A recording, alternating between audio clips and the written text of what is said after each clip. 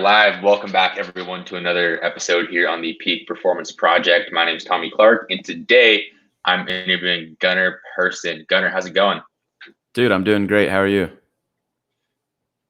Appreciate you taking the time to come on the show. And just as we're getting started here, as people start tuning in, just give everyone an idea of who you are, what you do, and how you got into the basketball skills training world. Okay, so first of all, thank you for having me on. Really, it's my pleasure because seeing some of the people that you've spoken with and brought on here, it makes me feel good that you even took the time to ask me and were willing to ask me to come on. So thank you for that. But for those of the people that don't know me, I am Gunnar. I am a basketball skills coach. Basically, I just do specific stuff based on skill development, anywhere from elementary age group all the way up to the professional level. I'm also a high school basketball coach. I'm the JV head coach and the head varsity assistant in Harrisonville, Missouri. So I'm over in like the Kansas City, Missouri metro area.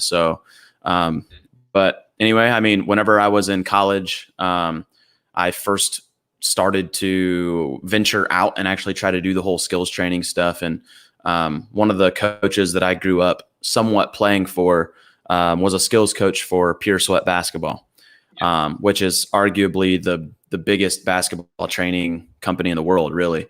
And I would go back during the summers or during breaks, and I would help him during workouts. And so I learned a lot from him. Shout out Matt Pugh. He's one of my mentors. And if you ever get a chance to interview him because he has a lot of nuggets. He's a really smart guy. I can make that happen. However, after that, I started coming back and I kind of got out of my shell and I started asking. I went to school at the University of Central Missouri in Warrensburg. And I got out of my shell and I started asking a couple of the guys who were on the basketball teams if they were willing to let me work them out, basically. And one of them was in the same major as me. He said, yeah, and it went well. And so from there, it just kind of built up. I was doing workouts just for free, really, because that's kind of where you got to start anyway. But after that, I saw Pure Sweat was posting stuff on social media because I followed them on everything. And they're posting, hey, we're looking to hire skills coaches in all different states and regions and areas. And so obviously I applied, and the whole application process was like you had to do the normal stuff, but you had to send in a video submission of why you felt like you had to answer specific questions as to why you felt like you'd be a good fit. What are some things that you focus on? What's your philosophy? Things like that. And, luckily I had Matt to help get my foot in the door, but I also had Luke Cooper.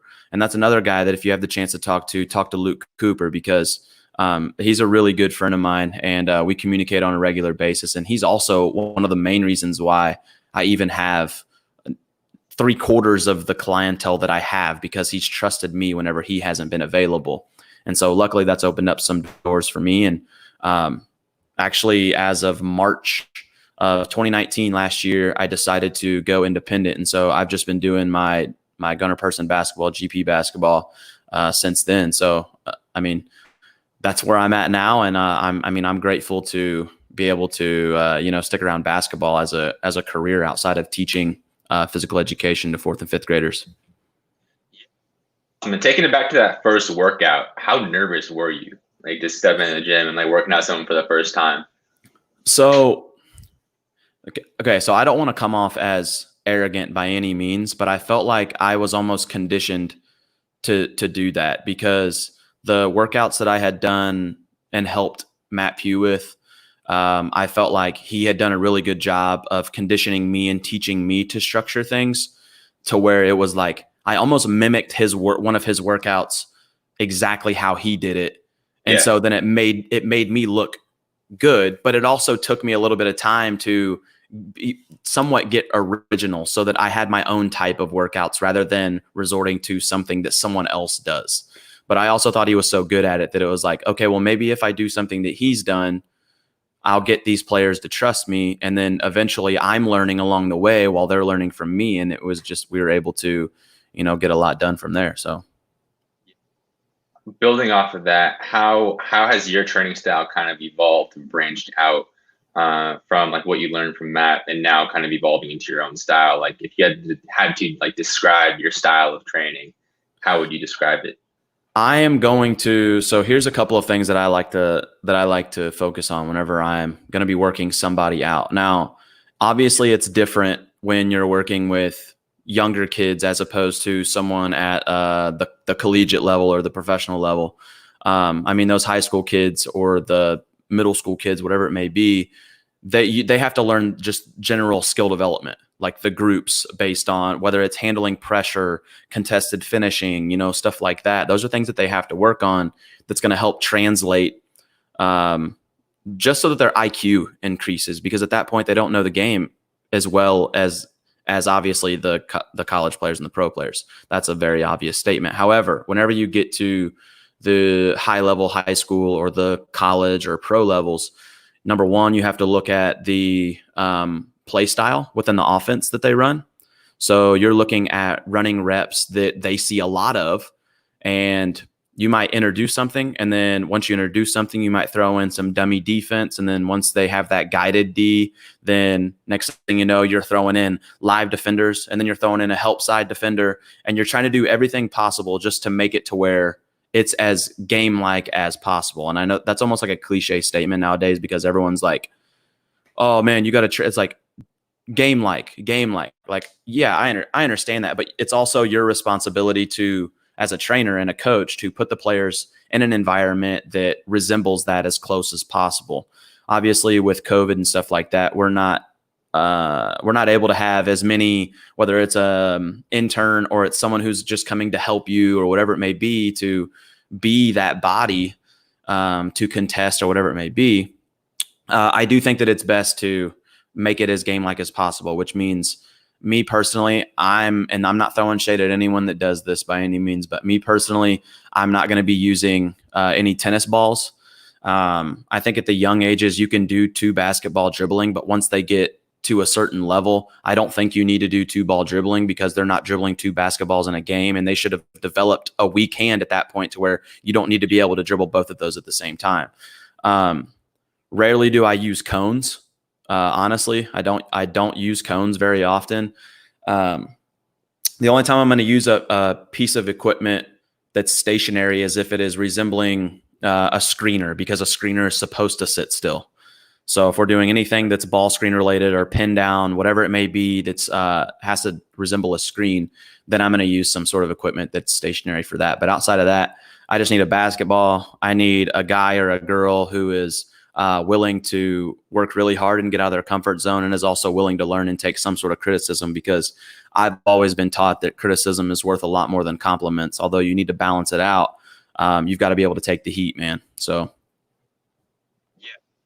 And in that sort of relationship with the player, I know something we're talking about before we started recording was the whole idea of the importance of building trust with the players you're working with, whether it's in skills training, whether it's in nutrition, whatever field in basketball or not even in basketball, the importance of building that relationship. How do you go about building that relationship effectively with the new player that you're working with to get them to buy into that process and really trust you?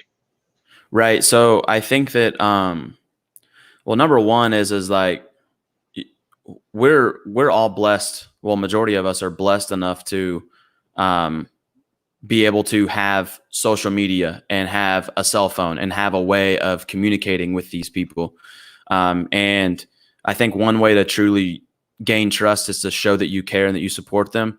And so with all the people that I'm working out consistently, I'm trying to shoot them a text, or I'm trying to send them a clip that I think resembles something that would benefit them. Maybe I'm going to send them, or I'm watching film on them, and I say, hey, I might send them a Snapchat or something and say, hey, I'm watching this film. This is what I think you should have done right there. Boom, send it to them. It's like basically just show them and prove to them that you're willing to invest in them, because ultimately at the end of the day, what those players are looking for is results, And so it's like, if you do something and it's effective, then there's going to be results. And if there's results, that's when they're going to end up trusting you even more. And so I think that that's ultimately the backbone on whether or not you're going to be able to build that trust within that relationship. Like I said, communication is a really big deal, but results is going to be the ultimate deciding factor on a lot of the trust. Yeah. And then kind of on a different note inside of the whole relationships topic, going back to like when you got started in skills training itself, like how did you go about putting yourself out there to land the kind of spot underneath Matt's wing and kind of go from there? Did you just like reach out to him, or like how did that come together? So early on, I personally didn't think there was that big of a difference between being a basketball coach and being a skills coach. Because I think there's a distinct difference between the two. And so whenever I told him that, I was like, hey, I'm pursuing a PE degree to be a physical education teacher. And obviously with that degree, you're expected to be a coach. And as you know, like I love basketball. And so he was willing to, he invited me to help him for a workout. So the one time I helped him for a workout, I was like, I didn't expect to be paid. I told him that I wanted to do it for free just because I wanted to just learn, basically. And I mean, he threw a couple of dollars my way, which, like I said, I wasn't expecting. But he was like, along the way, he made it very clear and evident to me that, like, understand what you're wanting, because like he was a high school coach and he is not a high school coach anymore. He only does the skill development training and he teaches. He said, understand what you're getting yourself into, because these are two completely different paths. Although they're basketball related, they're two completely different paths. And so basically, in order to get to do my own workouts, I had to learn from him and from Luke, where they were basically just going out on limbs, and whether it's finding the athletic director's email addresses for schools, finding coaches' names, finding players on social media, messaging them, emailing them, whatever it may be, you're busting your tail just to try and communicate and get a hold of someone, just so that you're able to get some sort of opportunity. And those two him and Luke did a really good job of showing me, you know, what you got to do. And you just understand there's going to be a lot of no's along the way, but all it takes is one yes. And I mean, you're going to be golden. But I think that's super important for anyone looking to become a skills coach. That really applies in any field. You're going to have to put yourself out there and just constantly like send DMs, send emails, text people, call people. Like I know when I was like first getting started working mainly with basketball players, a lot of like my first pro guys were just like free clients that I just DM'd on Instagram. Like, hey, I'll run your stuff for free. Like, let me know. And like the vast majority of them, no response, but I was able to build a roster of a decent amount of pro guys just based off that. So definitely agree with you there. And then transitioning back into your approach with actually training, how much preparation goes into that sort of workout you're putting together? Because I know you said a lot of what you do is like game situations. You try to make it as game-like as possible. And I can imagine for each individual player, that looks very different. So what does that preparation look like for a workout, and how much time actually goes into that? So luckily for basketball guys and basketball trainers, basketball players, basketball coaches, anywhere from the collegiate level up, we have the resource of synergy. If you don't have synergy, then I would recommend investing in it if you're a coach or trainer, because even if they're JUCO, D2, D1 up to FIBA, overseas, like all that stuff, synergy provides film and analytics on all that stuff. And it's literally pinpointed to, for instance, I'll use Sam Decker as an example, because I recently started working with Sam. Luke Cooper is the one that hooked me up with that. And Sam and I have formed a pretty good relationship over the course of the past couple months. And so basically what I had to do with him was, because this past season he didn't play in the NBA. He actually played for Lokomotiv over in Russia, one of their top pro teams over there. And I was able to pull up film of some of the things, some of the actions that he would see, what shots, because synergy breaks all that stuff down. And I look at the things that he has an excellent rating on, and I look at the things that he has like a below average rating on. The things he's excellent at, we nail home, because I want guys to master the things that they're really good at. I think that that's super important. If you can master the things that you're already good at, then it's going to be hard for anyone to even stop you.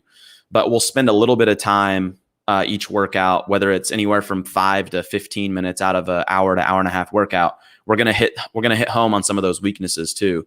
And so in regards to preparation, all it takes for me is if I'm going to prepare a college or a pro workout, a lot of times I have access to the film and the stats and the analytics on my laptop. And so I'm able to just pull up specific clips, study how the defense is guarding them, so I can mimic it in the workout and make it as realistic as possible, like I mentioned earlier. But outside of that, a lot of times whenever it comes to the workouts that I do, I have a general idea of what I want to focus on, but you always have to go into a workout understanding that you're going to have to modify something. There's always going to be some sort of modification because it's never going to be, the workout's never going to be perfect. It could be a bad shooting day. You could be trying to introduce a new move and the player's having a hard time with the footwork. So you have to spend more time breaking down the footwork, just like micromanaging all of those so that it builds up into one big picture and it's actually clear for them. And so, like I said, for preparation, a lot of times it could be an hour of watching film and writing some stuff down, like numbers and statistics. I may hop on my laptop 5 minutes before I got to leave and watch a little bit and just be like, okay, I know exactly what I want to work on. And as soon as I get one drill done that I wanted to do, then typically you can just think of stuff and then build off of it and add in some more stuff that makes it a little bit more realistic and translates. So in terms of how you go about watching film, because this is a question I get a lot, and obviously this isn't my area of expertise, so it's always good to have someone who does this for a living to actually be able to answer that. So in terms of watching film, how do you approach that, and how would you recommend a player trying to watch film? Whether it be, we could take this two different directions. Start with just watching film on other players, whether it be players at a higher level or someone they're trying to learn from, and then we can talk about actually watching film on yourself and like what you should be looking for. How would you go about that? So starting with, if you're a player watching film on someone who maybe you're trying to learn something from or emulate a certain move or whatnot, how would you go about that process of picking that apart? So first of all, synergy is not cheap. I will say that if you are able to get synergy, use that, because when I say, like, the people that have used synergy understand this, but when I say that it has literally everything, when you go on there and you click on a player for a team, whatever it may be, it narrows down to like statistics of shooting percentage with less than 4 seconds left on the shot clock.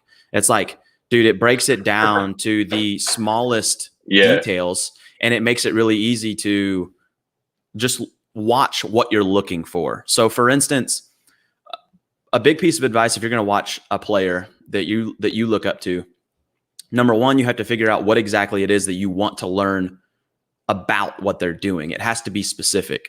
Okay. It can't be like, oh, I want to be able to do a step back like James Harden, or I want to be able to have, I want to be able to catch and shoot like Tyler Herro, whatever it may be, but it's like, you have to be able to pay attention to other things. So like if you're wanting to be able to get better at shooting off the catch, then you need to pay attention to footwork. You need to pay attention to hand placement. You need to pay attention to shot pockets. Like there's all sorts of things and details that you should pay attention to get into that stuff. Drew Hanlon is a really big like micro skills kind of guy. He's one of the best at breaking down basically any move, any statistic. In my opinion, he's the true GOAT of like basketball skill development and skills trainers. But I think that to answer the first question, you have to pinpoint and be specific on what exactly it is you're wanting to learn and what you're wanting to study. Now, when you're watching film on yourself, something that's super important, and I've also noticed this because I mean, like I said, I coach high school kids. I'm not far off from their age. It wasn't that long ago that I was in high school either. And so I feel like we're on the same level. So it's like we can goof off with each other. Like if they need to talk about something, they can talk to me about it. But something that I notice that I point out with them every time we have film days is like, guys, you can't watch film for the wrong reasons, especially if you're in that film, because a lot of the guys that are watching that, they're waiting to see what they did good because they remember. They're like, oh, guys, watch this backdoor cut, or, oh, watch how I cross this guy and then I go into my pull up and I miss. It's like they're focusing on the wrong things. And I think what they really need to do is they need to, and as bad as it is and as hard as it is, you have to go in watching film on yourself, trying to make some sort of correction, making and writing down. Like, the best way to remember stuff is to write things down, in my opinion. I mean, I know some people, they might have photographic memory, I guess, if you want to say that. But I think that the best way to teach yourself and to learn is to write things down. And if you're watching film on yourself, you might see a common trend that, okay, well, whenever someone's pressuring me with the ball, full court pressure, and as soon as I push it to my left hand, I always resort going back to my right. So that's something they need to write down in their notes or whatever it may be. They have cell phones these days, dude. Like, cell phones are such a great resource. You have a notes app, go in there. Even if you don't write it down, go into your notes app and type that stuff up, man. You have faster thumbs than you do writing. So it's like, just type that stuff up real quick. But you just have to be strict, man. And not a lot of kids and not a lot of players in general are strict enough on themselves and disciplined enough to pinpoint and pay attention to the things that they're not quite doing right. They're just giving themselves credit for the things that they thought they did well for the wrong reason. That's interesting you bring that up, because I know, I mean, when I was playing high school, college for a little bit, and film days, you're always waiting for the play, like the shot you made, or the nice move you made, or the great like defensive possession you had. You never want to see like the negatives on film. But I mean, if you're watching film, that's really what you probably should be looking for, like you just said. So definitely agree with you there. And it looks like we've got a couple of questions in the comments, so I'll go ahead and bring them up right now. Let's see. Question from Matthew asking, best moves for handling pressure besides the hip swivel. Okay. First of all, Matthew, dude, you show a lot of love on social media. I appreciate your support, not just for me, but for like Luke and Ryan and all those guys. The KC guy, we appreciate you. Well, I appreciate we all appreciate it. But however, best moves for handling pressure besides the hip swivel. That's a Pure Sweat classic. The hip swivel is. That was one of the, actually, that's funny because the first workout that I did on my own that I was talking about when I came back to UCM, starting to do my workouts, I did a hip swivel workout. That's the workout that I did. And so, however, I think that one of the best moves for handling pressure is not necessarily a dribble move, but having an active offhand to protect yourself and the ball whenever you're dribbling and handling that pressure. Because I mean, by rule, you're allowed to slap their hand away with your opposite hand that you're not dribbling with. So I think that if you can get good at reacting based on when someone's hand checking you, then you got to swipe that away. So that's something that we really focus on with my young guys. As a lot of times, guys who are natural at it tend to be really good at it just as they get older. A lot of undersized guards are really good at it because they have quicker hands, and they have to do that to get past taller, stronger defenders. But the other thing that I would probably say is to get skinny. And what I mean by that, and Jacob Gilliard is a local KC guy that plays at Richmond. He's another guy that's really, really, really good at getting skinny. If someone is pressuring you and hand checking you, after you get that hand swipe, you just got to open up and then continue to drive by. So getting skinny, that's what I always use as like my cue is get skinny. That's another move that I tend to use to handle pressure. And then kind of building off that, how about from like the mental side of things? So I know a lot of guys, like when they handle pressure, and this was one of my issues when I was playing, is like you kind of get flustered and kind of freeze up a little bit. How do you go about breaking that and kind of getting a little bit more calm under that pressure? I'm going to be honest with you. I personally don't have a ton of like experience whenever it comes to the mental side of things. So it's like, because me personally, I think it all boils down to background. I think it depends on how you were brought up, because a lot of times that stuff starts at home, in my personal opinion. But with that being said, I think that from a basketball standpoint, I think it depends on who you're surrounded by. If you have a really good culture and your teammates are behind you, a lot of times they're going to support you. Even if you have one bad possession, two bad possessions, they're going to stick behind you. And you're going to have a supportive coach who's going to say, hey, listen, obviously we got to take care of the basketball, but next trip around, let's do a little bit better. Okay. And so I think in that regard, on the mental side of things, I think that the training is one thing that actually helps out with that, because if you can get used to training and getting out of your comfort zone, then it's going to be that much easier whenever you're in a game situation and you got hundreds to thousands of fans watching you. So. Love it. And then another question we got, not sure what the name is here, but asking, how would you structure a workout as a guard? Example, ball handling, shooting, ball screens. Thank you so much. And so I guess how would you overall go about structuring that workout? And I know earlier we kind of discussed making it more game-like and stuff like that, but kind of how would you actually structure that inside of a workout? So, so I'm going to use like for the younger groups, what I would say here's my thing is like for the younger groups, I don't think that it's position specific, because the kids haven't even developed enough to even understand who's going to be what. I think that they should learn how to do everything whenever they're younger. I don't think that you should limit a kid unless he's like in 6th grade and he's 6'7". He might be a true big. But outside of that, I think that all of the kids should practice guard stuff. They should practice wing stuff, slashing, cutting, passing, posting up, all that stuff. However, for the older guys who are established as guards, true guards, if I'm doing any sort of ball handling, we'll get warm with just like single ball, slow to quick stuff, change of speed, change of direction.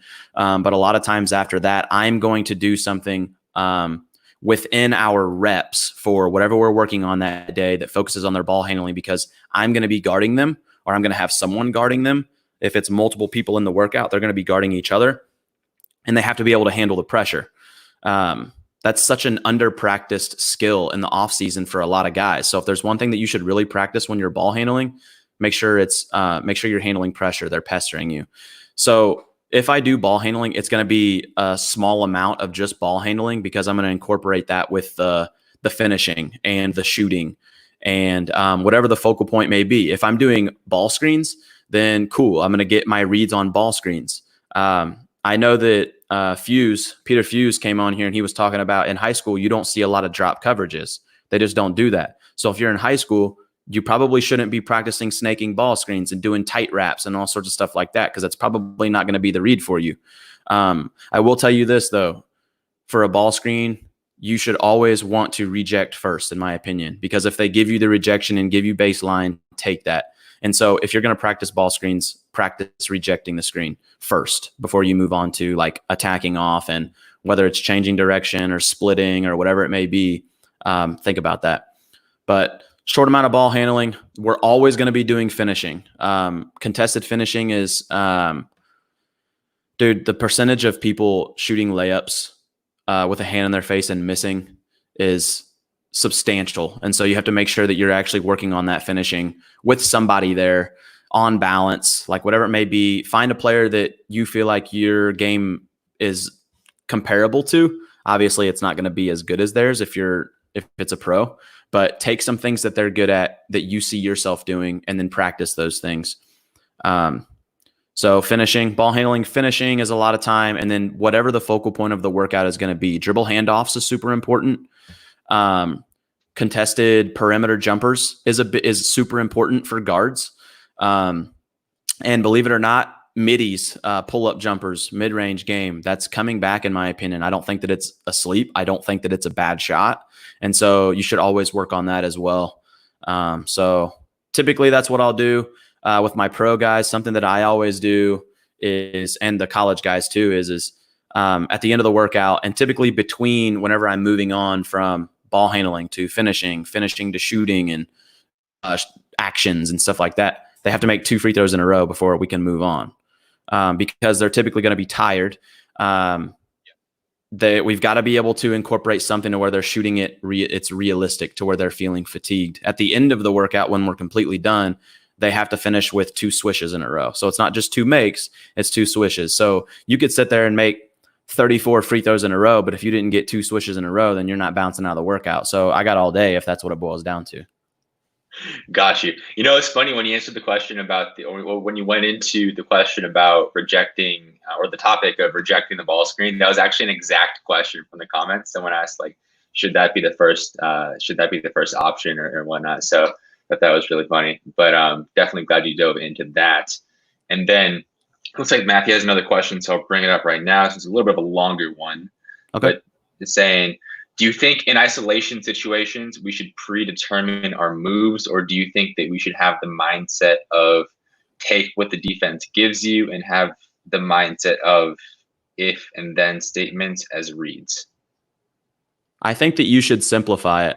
I think that it should be simplified. I think that with training in general, it should be simplified to yes or no questions. I think that in an ISO situation, typically a lot of times you're going to have to be able to read and react based on who it is that's guarding you.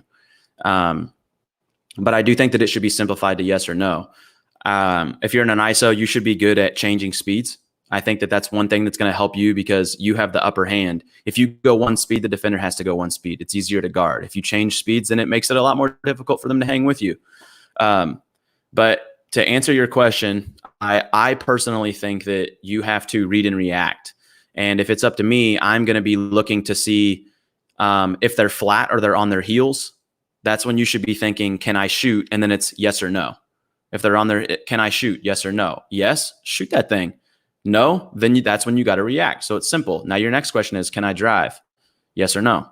Okay. If it's yes, drive and go. If it's no, then a lot of times you're probably supposed to or should reverse the ball. And if they give it back to you, then you can try to reevaluate the situation.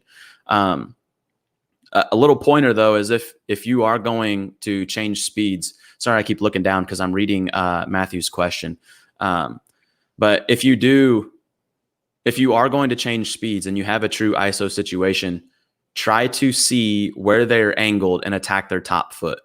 Okay, because it's a lot easier to blow by a defender attacking their top foot because they have to completely turn their body in order to recover and guard you, as opposed to just slide their feet and contest you and stay with you. So that's just something to keep in mind. That's a good question, though. And then another question from Matthew. Got the good questions today. He's all about it. Let's get into this one. This was an interesting one. When mastering a move, should I practice without a ball first to get the movement and footwork down in order to be able to dissociate my body from the ball? So here's my take on that is a lot of times when you're working on a move, it's based on, like, footwork is obviously one thing. Rhythm is another thing, but cadence is also another thing. So a lot of times the ball is going to move in some sort of pattern with your feet and with your body. And so you might pay attention to the pattern of the footwork of whatever the move may be. So it's like, for instance, whenever I say cadence, if I say that, let's say I'm trying to do a specific dribble move. So like what's called a push out cross. Although with the dribble move, obviously, since it's a dribble move, you have to have a basketball. You can work on the footwork and like the body movement, but the most important thing is the timing of when the ball hits the ground and when your foot hits the ground. And so the three things that you really need to pay attention to, like I said, the footwork, the rhythm, and the cadence of the ball and your feet at the same time. A lot of times is what's going to end up helping you end up mastering that move. Now, when you are practicing it, once you feel like you've got it down, I'm always going to resort back to handling pressure and doing stuff contested, because you might be able to do this move dribbling, walking from one end of the gym to the other. But if you can't do it when there's a defender in front of you, then it's going to be pointless. So you might want to make sure you practice that with someone in front of you, because in practice you can make those mistakes. But whenever it comes game time, you're going to have to hold yourself accountable. You can't afford to make those mistakes. So. Love it. And then we'll get back into some questions in a few minutes. But I'm curious to hear, like, what do you think are some of the most common or most overlooked things when it comes to skills that players are training? Like, what do you think are some of the most overlooked things that should be focused on more but aren't focused on enough in a player's training? Contested shooting, number one. Like that's Contested shooting and contested finishing are my two like big ones, but contested shooting right now is probably the most important in my opinion because basketball is a shooting game. It's a perimeter game right now. I mean, it doesn't matter what position. It's like the game is almost a positionless game right now, in my opinion, because you got dudes like Jokic bringing the ball down the floor and he's a 5. Yeah. It's like you got big men who are chilling out and on the perimeter, catching and shooting threes. Like you have to be able to work on shooting contested shots. Sometimes you might be rushed. Sometimes you're going to have to shoot with the basketball out of your pocket. But the main thing is try to work on the whole consistency factor of how you're shooting when there's a hand in your face. Obviously, there are specific scenarios on when and how you should be getting into your shot. But contested shots off the catch, contested shots off the dribble, that you should be working on all of those things to where it's like you're doing it out of an action that resembles how you would see it in a game. So whether it's a closeout, cool. Whether it's you're coming off of a pin down screen and let's say they go underneath it, so you have to flare and go to the corner. Well, that screen's going to come over and they might contest you on the other side. There's all sorts of things that you could do, but I do think that contested finishing and contested shooting are clear-cut favorites. Contested shooting is the number one most important thing. I don't know how you'll be able to answer this one, but let's say someone doesn't have someone else to train with, no training partner, they're just by themselves, and they're trying to get some work in. They know they need to work on this contested shooting, making it more game-like. Is there anything that you could suggest as far as, obviously you might not be able to completely simulate being contested, but how can you make it more game-like or a little bit higher pressure to at least get some of that carryover in terms of working on that skill if you're training by yourself? So here's how I would recommend doing it. Number one, you have to be able to speeding it up a little bit is going to make it a little bit better. So basically, whether it's going into a pull-up or you're spinning the ball and catching it and going into your shot from yourself, you should challenge yourself and get out of your comfort zone on how quickly you're getting into your form, getting into your pocket, and releasing the shot. Another thing is, and that's why I was talking about, we have really good resources to where we have these phones. So you have a shoe. Like a lot of times guys bring their basketball shoes with them. So if you have your other shoe or your sandal or your flip-flop or your backpack, whatever it may be, prop your phone up and record yourself. And you can record yourself doing your rep, and then you can critique yourself. That's what helps practice good habits whenever you're watching film. Because if you can do something like that and record yourself and make corrections of yourself, because you're not going to do everything right, especially in a workout. There are very few people who are going to have a perfect workout. Like I made that statement earlier, but there's very few people who are genuinely going to have a perfect workout. And so I think that if you're able to get out of your comfort zone on your pickups, if you're able to get out of your comfort zone, getting the ball into your pocket and releasing the ball at a speed that's going to resemble what you do in a game. I think one of my biggest pet peeves is whenever I go into the gym, and although someone might be warming up, cool, I understand that. But one thing that I don't really like is whenever I see someone in a workout shooting the ball one way, and then whenever they go out there and it's game time and I see them playing and their shot looks 10 times different, like just looks like a completely different shooter. You wouldn't even be able to recognize them. It's like you are doing yourself a complete disservice if you do something like that. So try to record yourself.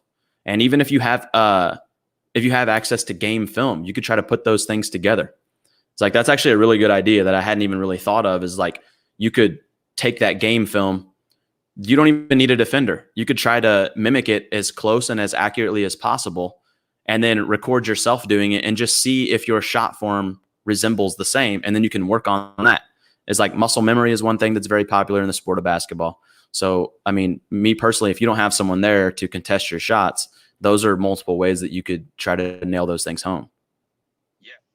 Great. And then looking at a player's shooting form, obviously there's a ton of different places where things could go wrong in someone's form, but looking at the most common mistakes or errors you see in a player's shooting form, you name like 2, 3, 4 really common mistakes that pop up all the time for players to be on the lookout for. What would those be? I think that I'll start down at the feet with balance. A lot of times when guys shoot, they might have a pretty wide base, but a lot of times after they shoot and they go up and they land, their feet get really narrow and they land close together. And so a lot of times, if you think about that, the wider the base, the better balance you're going to have. And I'm not saying you have to shoot like Klay Thompson, because that dude like shoots and kicks his legs way out. So it's like, Yeah. but he does have phenomenal balance. I'm not going to lie to you, but that's his form.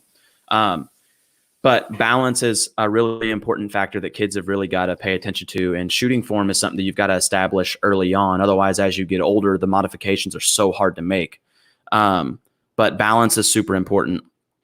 I also think that I'm sorry to cut you off, but before we move on from the feet, are you a proponent of having the feet turn a little bit or squared up? What are your thoughts on that? So that's a question that comes I think that as a right-handed shooter, I think that you're okay if your feet have somewhat of a left to them. So it's like if they're pointing at 11 o'clock is typically what I would say. So, I mean, it's okay if your feet aren't pointed directly at the basket. That's entirely okay. And obviously, if you're a lefty, it's okay if your feet are at 1 o'clock. So like that's how I view those things. I don't think that they have to be perfectly square to the basket. But from there, I think that with the feet, because that's super important, which, by the way, if you have two basketballs, that's a very easy drill that you can do. Knee hug shooting. You just put the one basketball right in between your thighs, right above your knees, and you just jump and shoot, and you're just working on your form, and that makes sure that your balance is good for the most part. If the basketball twists out, then obviously your feet aren't right. Now, the next thing that I typically would say is two things that have to do with the follow through. Number one, I personally like when guys go from 90 to 180. So they have that 90 degree and they follow through elbow above their eyebrow, and they've got that 180. It should be way up here. And then the second thing is making sure that on your shooting hand, distinguish which finger it rolls off of last. You need to make sure that knuckle is that's your crosshair. That's where you want that ball to go. So it should be pointing to wherever you want it to go. So, but there's a lot of things that go in with shooting. Some people don't know where to look. Some people ball watch, which I don't recommend. I would not watch your ball in midair while you're shooting. I don't think that's a great strategy whatsoever. Some people twist. Got to make sure you're not twisting. But I think that balance at the feet, getting that high follow through, and make sure you're pointing those knuckles, whichever finger it rolls off of last, to where you're wanting it to go.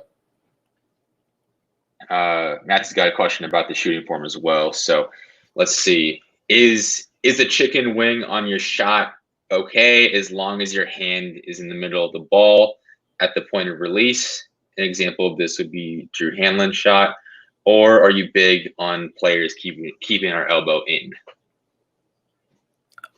So I think that Drew Hanlen's mastered his shot. So I can't really critique him, because I did call him the GOAT earlier. So I can't go in and start critiquing his shot. However, I do think that your shooting elbow should be tucked. That way that you have that line directly underneath the basketball to support it. Now, unfortunately for me, I have a very unflexible wrist. And so I always got to the point where I wouldn't be able to get my hand underneath the ball until I got it above my shoulder, and then I would be able to get there. But if you have good wrist flexion or flexibility for that matter, make sure that you keep it tucked, because a really big nugget for shooting is if you keep the ball close to your body, you can get under it better, which gives you better arc and better rotation. Steph Curry and Trae Young are both really big examples on that. If you pay attention to their shot, they keep the ball really close to their body in order to get into it and have quick releases too. So I will say that if you have a chicken wing, right now is a really good time to try to attack that and make some sort of adjustment, some sort of modification, because your shooting percentage will start to go down, just from my personal experience, as you start to play at higher levels. So awesome.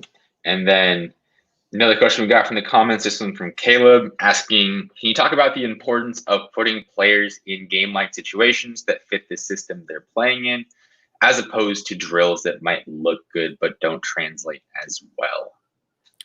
So first of all, shout out Caleb. That's my brother, man. He's up in North Dakota. He went to he was at UCM whenever I was there, and he's also a skills coach up there. So he's a good dude.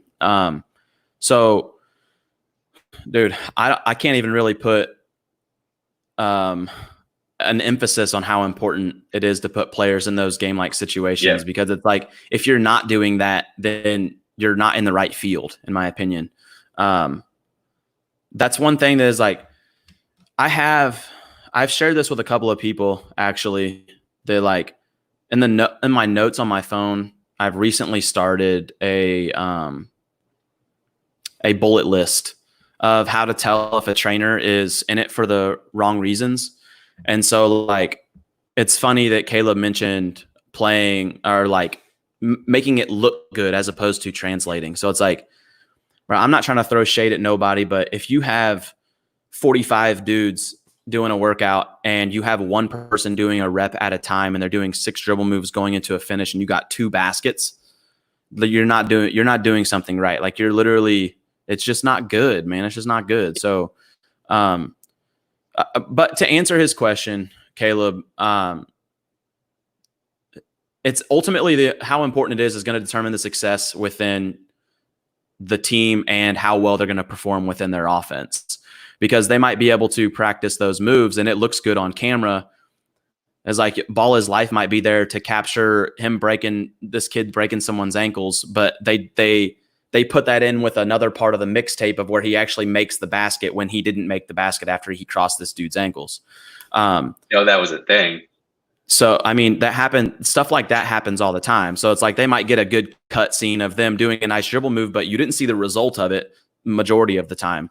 But I do think that ultimately practicing and putting those players in those game-like situations that are molded by the system and the actions that they see is what's going to determine the success within the players themselves in the program too.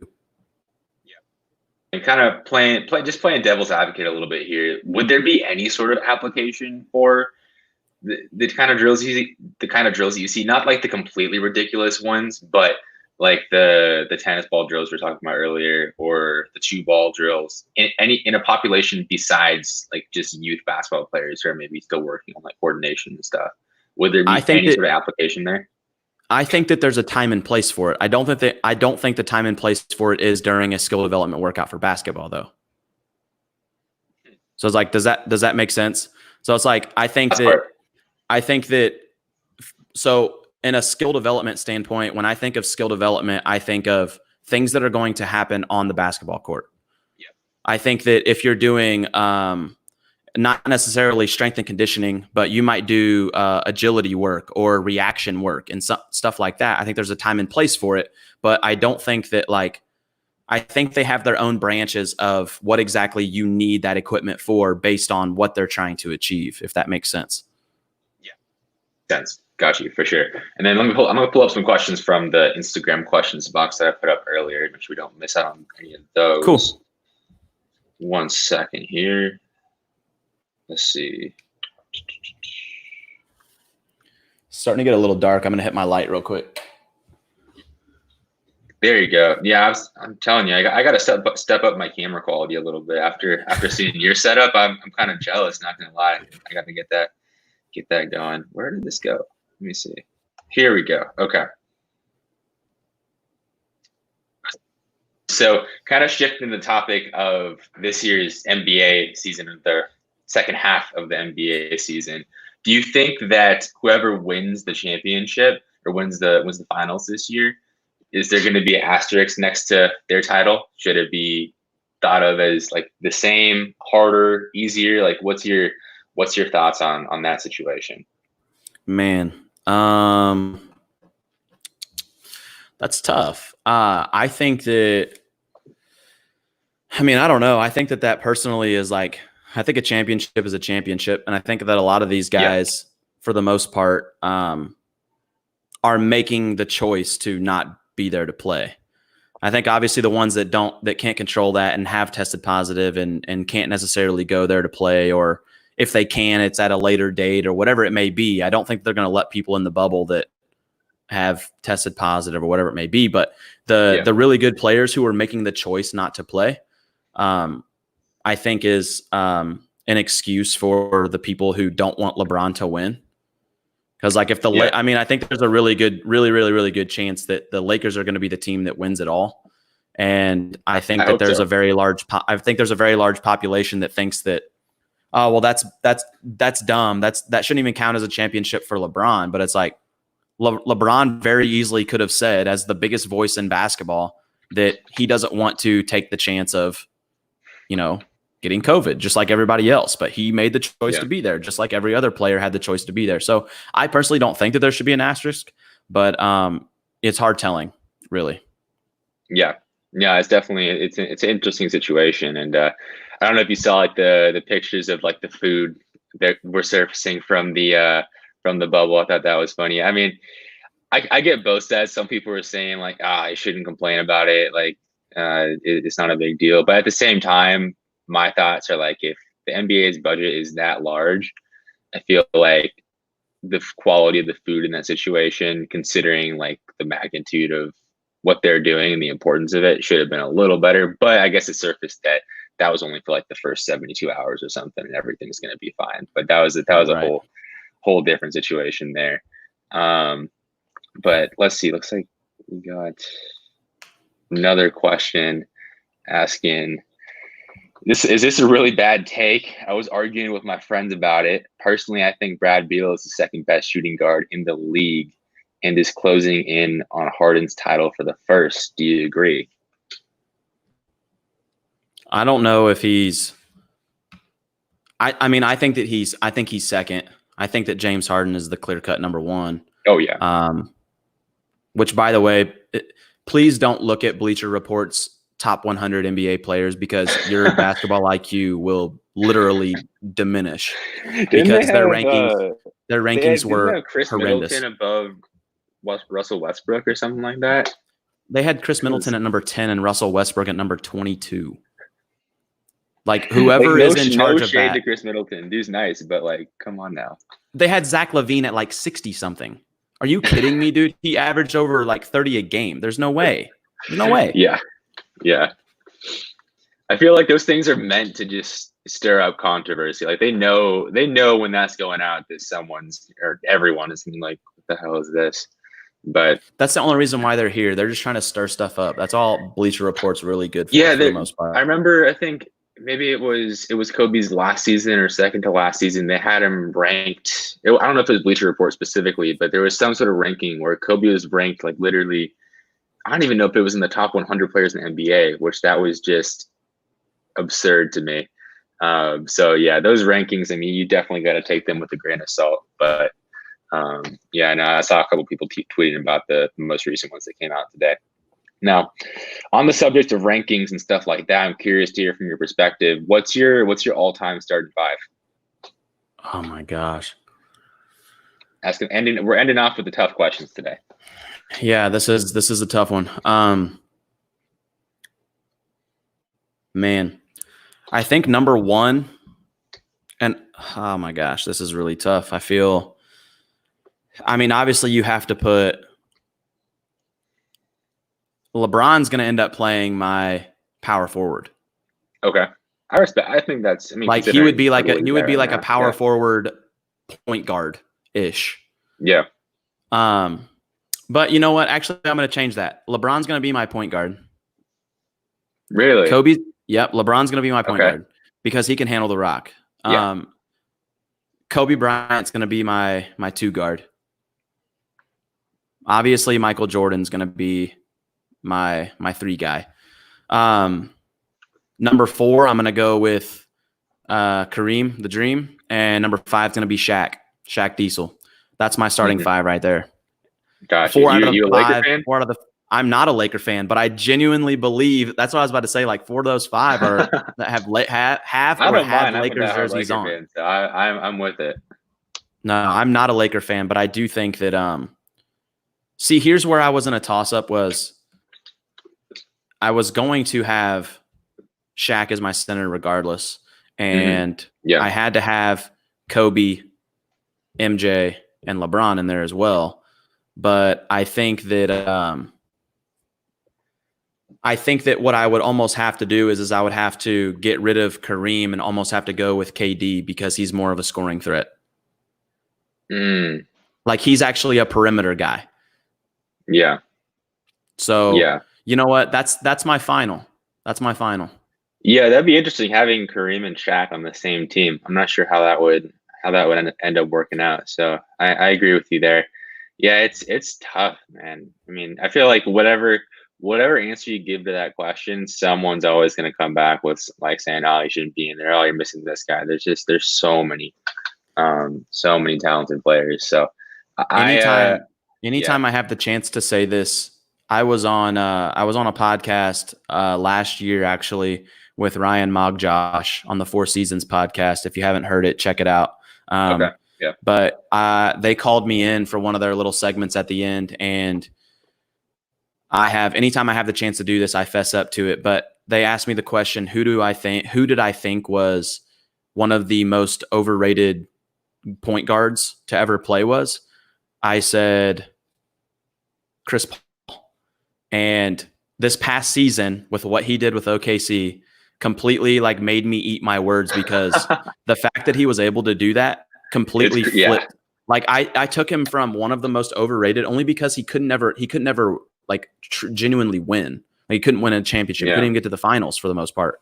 But what he did with OKC and the fact that it got halted with the run that they were on, I know. dude, like he went from one of the most overrated to one of the best point guards, like one of the best Yeah. point guards to ever play the game, in my opinion. Yeah. Is OKC's in the bubble, right? Are they in? Yeah. Yeah. Okay, cool. Yeah, it'll be interesting to see how the teams pick up. I mean, yeah, it's just there's so many unknowns there. I mean, there's no fans. The atmosphere is going to be all weird. It's going to just be like a glorified, not even a glorified AAU tournament. But like, yeah, because it's not even going to be like any fans there. So, Dude, we'll that's see. something that's going to change everything about how the games turn out, because there are players who thrive off of that stuff. They literally thrive off of the fans going crazy. They thrive off of it's like, it's not even going to be really a momentum game because you don't have that home court advantage. You don't have those fans feeling it or anything like that. It's like everything about that changes. Yeah, for sure. The funny thing is though that they're going to be like the stream or the broadcast is going to be delayed so they can censor out any cuss words and stuff like that. I saw a tweet saying that they should offer like a premium version that's like uncensored, and I that'd would be pay for that. hilarious. Yeah, I think it would definitely be worth it. And this is definitely at some point going to be a 30 for 30 or some sort of documentary. Oh, absolutely. It has has to. It Like, has to be. I know players that are in the bubble that were able to bring one of their content guys. So it's like there are a couple of people there who have video guys with them to document everything that's going on. Yeah, there was one player I just saw. I mean, I think just before I started, just before we hopped on here, there's one player, I forget who it was, but he's like just filming a vlog, like just vlogging the whole thing, which I thought was really cool. But yeah, it'll be interesting to see how this all plays out. So only time will tell, I guess. I'm hoping the Lakers come out on the other side of it with that championship, though. But we'll see. Yeah, Sure, I mean, for me, these past like before LeBron showed up, obviously, those past like 6-7 years, that kind of in between spot was it was rough. Wrenching. Yeah, it's wrenching, man. Robert Sacre as a starting center was like the lowest point of my life, arguably. But with that, dude, I appreciate you coming on the show. Just as we start to wrap up, I like to ask this one final question, which is, if you had to give one piece of advice to a basketball player coming up, what would it be? It could be on the court stuff, off the court, doesn't really matter where you take this, but what would your like number one piece of advice be? I would probably have to say control the controllables, meaning you have to be able to take control of things that you can control, and if it's out of your control, then you can't let that get to you. You can't let that determine whether or not you're going to, keep growing, if that's what it's going to be, if you're going to progress. Because there's so many times that, people allow things that are out of their reach and they don't control any of it, and they let it get to them and it just completely destroys their chances. So that's my biggest piece of advice. Control the controllables, do what you can to put yourself in the best situation. Love it. And then Gunnar, where can everyone keep up with what you're doing, follow along with what you've got going on? Where's the best place to find you at? So all my social media handles are at GPER23, so at GPER23. That's my Instagram, and that's also my Twitter as well. I tend to post all of my stuff on both of those platforms, whether it's film breakdowns, just pictures from workouts, just all sorts of stuff like that. So I appreciate you taking the time. If anyone is new around here listening in or watching, if you want some free nutrition tips 3 times a week here on the channel, you can go ahead and hit the subscribe button down below. Or if you're on the podcast listening in the past recording, once this goes up on all the podcast platforms, hit subscribe as well.